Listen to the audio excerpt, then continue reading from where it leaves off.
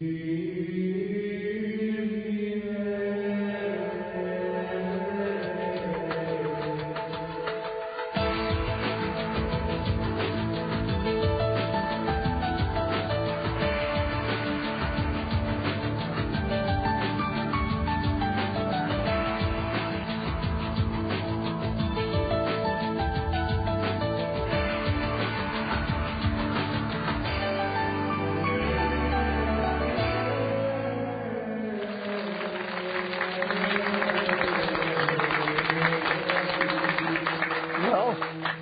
evening and Sunday Night Live.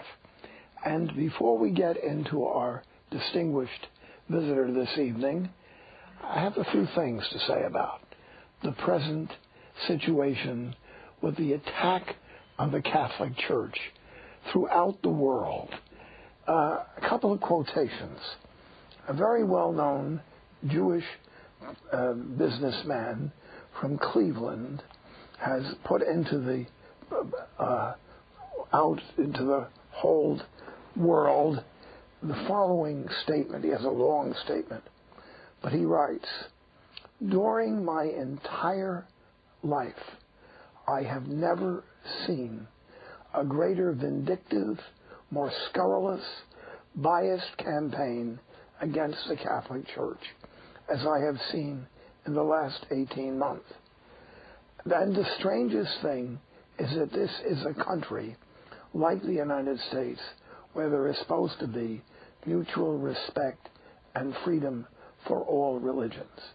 Now, Sam Miller is making this very, very well, and you can pick it right up on your internet on what is called the Orate Fratres, O-R-A-T-E Fratres. Sam goes on further. He quotes from the Sojourner magazine. Now, this is a very fine Protestant magazine of Orthodox Protestants, dated late August.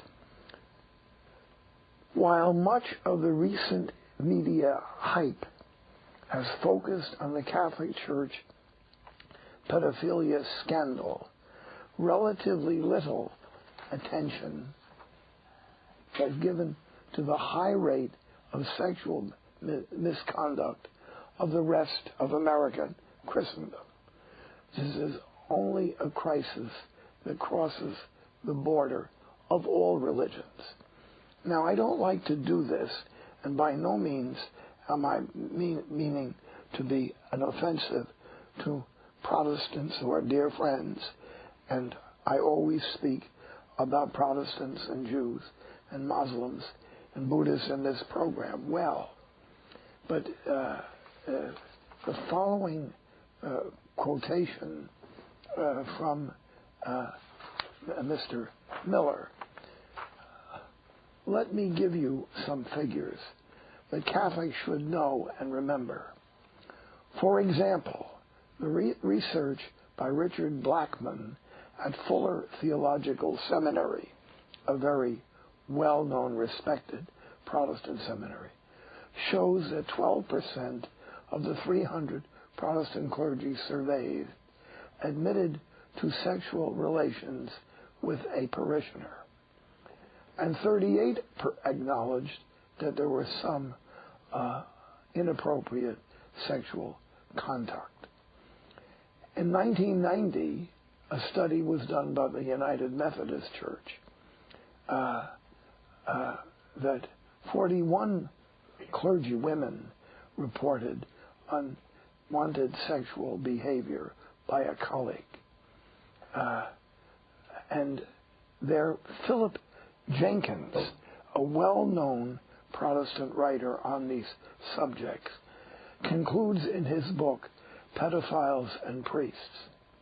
Now pay attention that while 1.7% of the Catholic clergy have been found guilty of pedophilia, 10% of Protestant ministers have been found guilty of pedophilia. Now, we're saddened by those statistics on all around.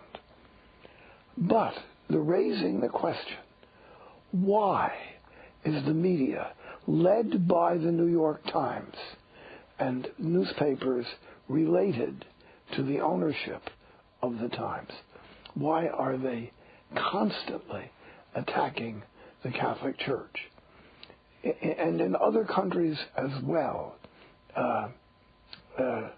in France, there's a popular magazine, something like Newsweek, called Le Monde, and that shows a caricature on the front page of the Pope sodomizing a youngster. How iniquitous, how wicked is this? And of course, it is deplorable that this can happen, that it is not brought to justice. But I want to ask the question. The American Educational Association, which is largely concerned about elementary and secondary public school, claims that 1 out of every 7 girls has been sexually bothered. Now, that doesn't always mean a sexual act. It could be also verbally. Does anybody in the world think that only Catholic priests in the world have this particular problem? No, it's a very wicked, iniquitous thing. And I want to say that the abuse of the media, largely, and an attack on the Catholic Church and the Bishop of Rome, is iniquitous. And I would encourage you to discontinue any papers, magazines, etc., that use these things. Cancel them. Don't support them and speak against them. They have become a source of iniquity. I'll be back. I promised a full evening on this subject, but I'm not quite ready yet, but I'm getting ready.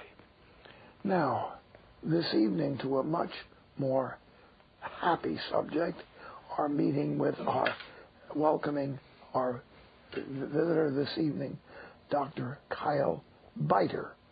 And this has been a tough day, Dr. Beiter, because we were also having Dr. A.M. Mielnik be on with the broadcast, but Dr. Mielnik got caught in traffic. I got in traffic too. I almost got across the bridge. So we want to welcome in Dr.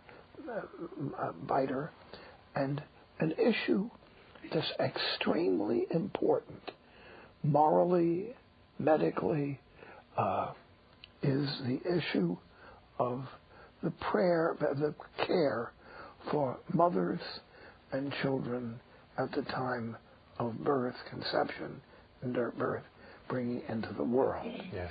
And there's so many serious moral issues. And I'd like to open this up to Dr. Beiter.